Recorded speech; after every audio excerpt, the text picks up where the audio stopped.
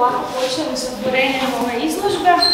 Evo, još jedanput želim vam dobrodošlicu i pozdravljam vas u ime Centra za kulturu i informiranje Dragutin Novak i želim na dobrodošlicu izložbe mlade umjetnice Elene Gašparić.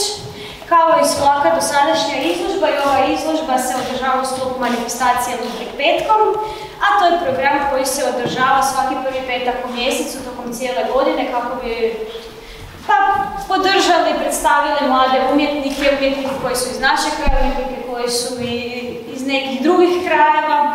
Evo, ovog puta imamo čast predstaviti Elenu, koja je naša domaća umjetnica, selničarka.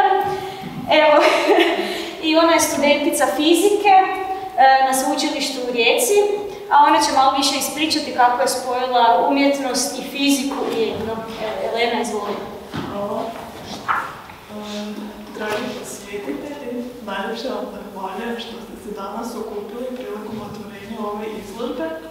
Drago mi je što imam prigodu promovirati svoje umjetničke radove. U nadi da ću vas dojmiti onoliko koliko je meni našla inspiracija da ih nacrtam. Uvjerena sam da ćete uživati u razgledavanju, a možda i neke željeti staviti na svoj kućni zid. Svakako se možemo dogovoriti oko istog. A prije nego pogledate ovu izložbu, ova umjetnička dijela nastala su iz težnje da ruka posegne za kistom, olovkom ili pastelom. Budući da moje ruke to očito lijepo rade, meni je slikanje, odnosno crtanje guštelati, kako bih ja to rekla. Svaka slika je nastala s razlogom, svaki potez pomno nacrtam i eto dogodi se slika.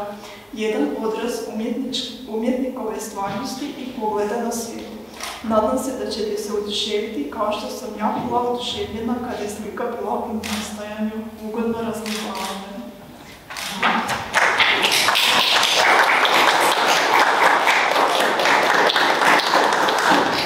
Evo, Elena je to lijepo rekla, meni preostaje još samo zahvaliti vam se na vašem dolasku i što ste svojim dolaskom zapravo podržali naš rad u kulturi, ali i mlade buduće umjetnike i proglašavam izložbu otvorenom. Evo, uživajte u razgledavanju. Hvala.